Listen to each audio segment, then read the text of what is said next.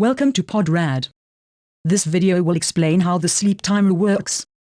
For those of you who don't know, a sleep timer is a function that turns off an electronic device after a preset amount of time. The intention of a sleep timer is to allow you to listen to a podcast as you nod off to sleep. The PodRAD sleep timer allows you to tap the button in the center of the screen, which will reset the timer so it starts another 5-minute countdown sequence. On the player screen, while PodRAD is playing a podcast, press the settings button on the bottom right. This shows the PodRAD options screen. At the bottom of the screen is the sleep timer button. Press the sleep timer button. This takes you to the sleep timer screen. The sleep timer screen shows a countdown clock. After 5 minutes the app will stop playing. You can restart the timer by pressing the countdown button.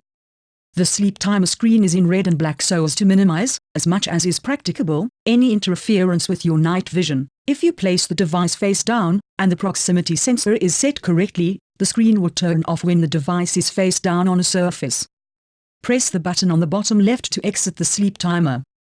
Press the home button to go to the player screen of the app. This concludes the explanation of the PodRAD app's sleep timer function.